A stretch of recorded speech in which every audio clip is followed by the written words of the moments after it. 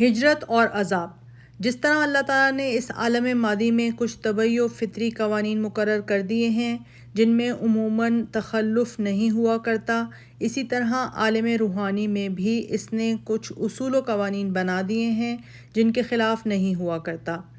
من جملہ ان اصول و قوانین کے ایک یہ ہے کہ جب کسی قوم میں کوئی پیغمبر مبعوث ہوتا ہے تو ہر طرح اس کو سمجھایا جاتا ہے، تبلیغ کا ہر فرض اس کے سامنے ادا کیا جاتا ہے، شریر قوم معجزات طلب کرتی ہے، بالآخر اس کے سامنے معجزے پیش کیے جاتے ہیں، اور جب اس پر بھی وہ ایمان نہیں لاتی تو پیغمبر کو ہجرت کا حکم ہوتا ہے، اور اس کے بعد اس بدبخت قوم پر خدا کا عذاب نازل ہوتا ہے۔ چنانچہ انبیاء کرام کی سیرتیں اس اصول کی بہترین تشریح ہیں۔ آج اسی قاعدے کی تعمیل کا حضرت صلی اللہ علیہ وآلہ وسلم کو حکم ہوتا ہے۔ آپ صلی اللہ علیہ وآلہ وسلم کو معراج کی سب سے بڑی نشانی عطا کی گئی، مگر اس کو بھی وہ جھٹلاتے ہیں۔ وَإِن مِّن قَرْيَةٍ إِلَّا نَحْنُ مُهْلِكُوهَا قَبْلَ يَوْمِ الْقِيَامَةِ أَوْ مُعَذِّبُوهَا عَذَابًا شَدِيدًا كَانَ ذَلِكَ فِي الْكِتَابِ مَسْطُورًا وَمَا مَنَعَنَا أَن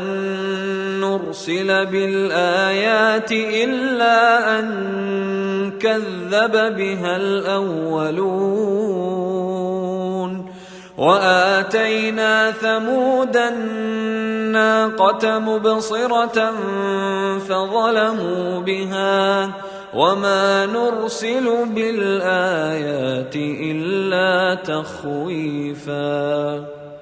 وَإِذْ قُلْنَا لَكَ إِنَّ رَبَّكَ أَحَاطَ بِالنَّاسِ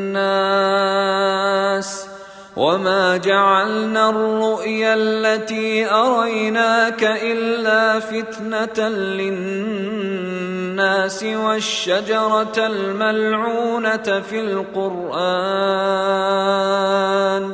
وَنُخَوِّفُهُمْ فَمَا يَزِيدُهُمْ إِلَّا طُغْيَانًا كَبِيرًا۔ دنیا میں نافرمانوں کی کوئی آبادی ایسی نہیں ہے جس کو ہم قیامت سے پہلے ہلاک نہ کر ڈالیں یا اس پر سخت عذاب نہ نازل کریں۔ یہ کتاب میں لکھا ہوا ہے،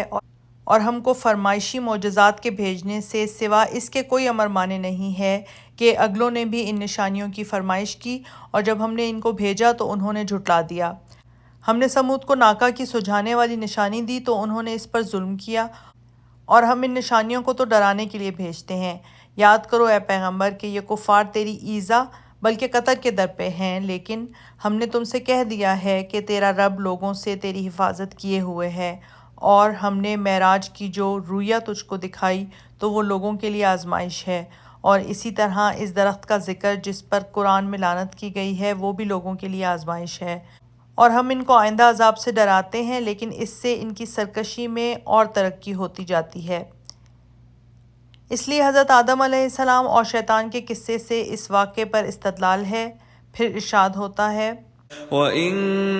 كَادُوا لَيَفْتِنُونَكَ عَنِ الَّذِي أَوْحَيْنَا إِلَيْكَ لِتَفْتَرِيَ عَلَيْنَا غَيْرَهُ وَإِذًا لَاتَّخَذُوكَ خَلِيلًا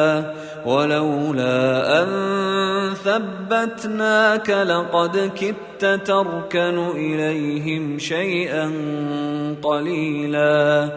إِذًا لَأَذَقْنَاكَ ضِعْفَ الْحَيَاةِ وَضِعْفَ الْمَمَاتِ ثُمَّ لَا تَجِدُ لَكَ عَلَيْنَا نَصِيرًا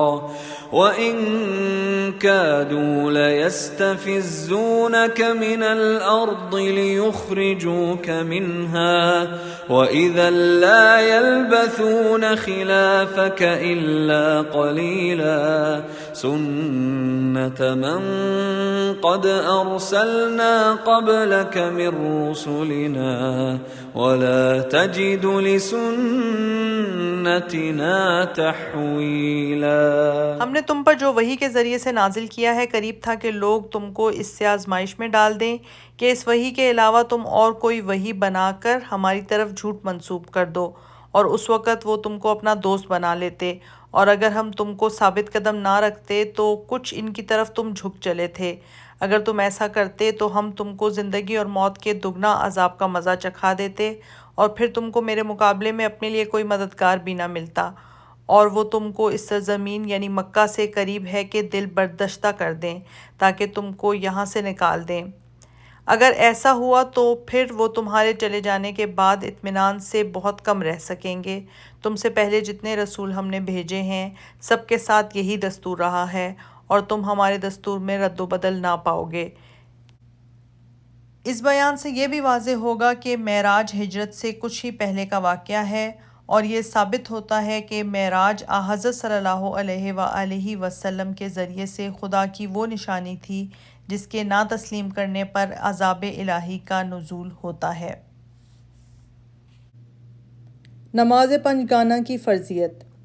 اوپر گزر چکا ہے کہ نماز پنجگانہ اسی معراج میں فرض ہوئی۔ ارشاد ہوتا ہے، اقم الصلاة لدلوك الشمس إلى غسق الليل وقرآن الفجر إن قرآن الفجر كان مشهودا ومن الليل فتهجد به نافلة لك عسى أن يبعثك ربك مقاما محمودا۔ آفتاب کے ڈھلنے کے وقت ظہر، عصر، مغرب سے لے کر رات کے اندھیرے عشاء تک نمازیں پڑھا کرو، اور صبح کی نماز میں حضور قلب خوب ہوتا ہے، اور رات کے ایک حصے میں تہجد پڑھ لیا کرو، یہ تمہارے لیے نفل ہے۔ عجب نہیں کہ تمہارا پروردگار تم کو مقام محمود میں پہنچا دے۔